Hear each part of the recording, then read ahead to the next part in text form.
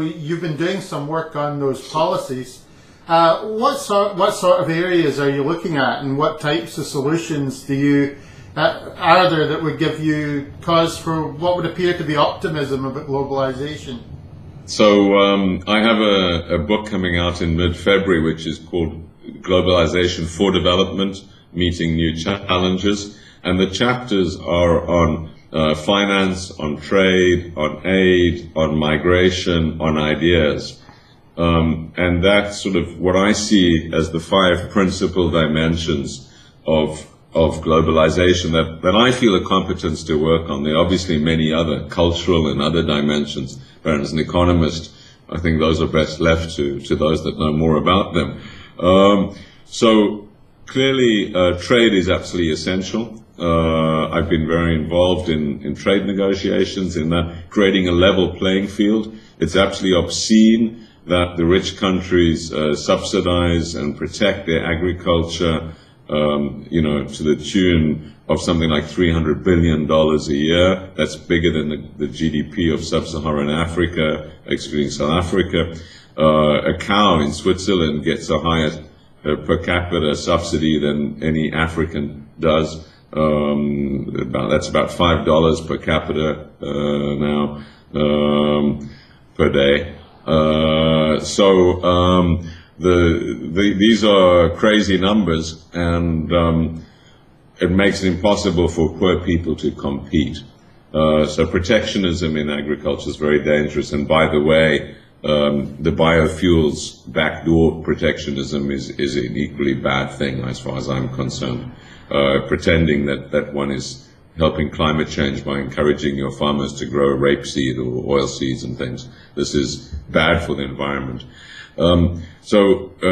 Ag subsidies, backdoor protectionism, that's the phytosanitary and other things. We obviously have to care about the quality of our food, but this is being used in absurd ways to keep containers of fruit off coasts until they rot and things like that. So non-tariff barriers, very important on trade.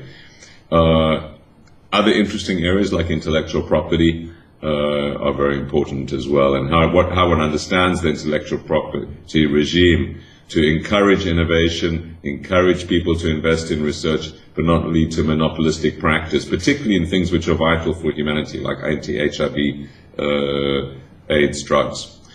So trade is a key area of globalization. Finance is a key area. How does one create a financial system that actually leads to investment for poor people, for ordinary people, for small businesses? How does one make the finance system something which is global, so you can access capital globally, but doesn't globally spread risk?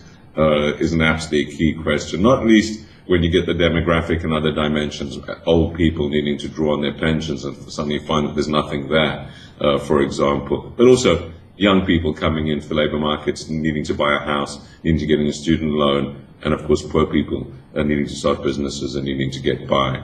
So finance is an absolutely key thing, and what we've seen is rather than spreading of the wonderful depth and breadth of finance, this very, very unhealthy focus in a number of key areas through the derivatives and other markets, which were meant to spread risk and instead concentrated risk. So understanding globalization, understanding the systemic risks associated with it, but as well as the potential depths and breadth of what it could offer is absolutely vital. Aid is very important. It's another flow. I'm a very strong believer that there should be much more aid and much higher quality aid. This is about both volume and quality. A lot of the debate seems to imply there's some sort of trade-off. Clearly one should not be supporting bad governments. One should not be supporting projects where the money ends in Swiss bank accounts. But there are now fantastic ways of doing this. There's been a huge amount of learning over the last 50 years of aid. The developing countries have never been better governed. Although it might seem a bit bizarre to us going through a crisis, the rich countries have never been richer. And it's sort of crazy that in this environment, the amount we give them as a share of our GNP, and I'm not talking about Canada here, which has been trying to do some good things, but is lower than it was in 1975 when the promises were made to go to 0.7% of GNI. Aid is very important. How aid goes, harmonization of aid, so we don't have each country trying to put up its flag outside its own white elephant hospital, is vital. So harmonizing together. The Tanzanian finance minister has to cater for something like 20,000 annual visits of donor agencies. Can you imagine? He has no time to get on with his job. Harmonizing systems, harmonizing approaches, getting behind the right people and supporting progressive actions is vital. And also thinking about this as a wider thing. A lot of aid money has been wasted on technical assistance. A lot of aid money has been wasted in other ways. There's also a vital need for aid for what I call public goods. So things like intellectually property, the International Ag Research System, for example, malaria vaccinations, other projects which would eliminate things which spread across borders, which the aid agencies don't always fund them. So aid is a very important aspect of globalization. Migration is the most neglected, perhaps, of the dimensions of globalization. Historically, migration is the source of civilization. It is the source. I can hear from your accent, I think you're a migrant too. You can ask your class to put up their hands as to how many of them are either first or second generation migrants. But what we know now from this great new development of research that's coming out is how important migration has been for economic growth and development around the world. And also that it has been the way historically that people have always escaped risk. Poverty, famine, war, etc. That's how people survived, and if our ancestors hadn't survived, we would not exist as a species. It's very deep, it's very important, and the proliferation of nation states over the last 100 years and increasing strength of border controls that have been associated with it, passports are only 100 years old, this has led to people being trapped in poverty and risk. I've just done another book called Exceptional People, which Princeton University Press have just published. It's called Exceptional People, How Migration Shaped Our World and Will Define Our Future. And what that is basically is what I'm trying to show is how important it has been. And this is the neglected side of globalization. It's the orphan of the international system. There's no international organization. There's no UN system for migration. The data are terrible.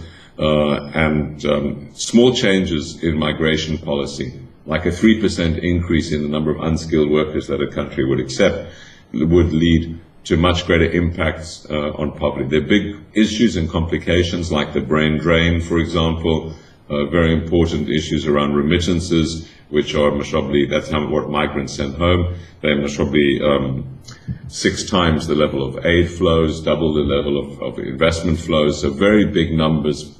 What can be done with these? What aspects of the policies around these could be improved to enhance globalization? And the final dimension of globalization, which I focus on because I think it's also an economic dimension, is ideas. Ideas have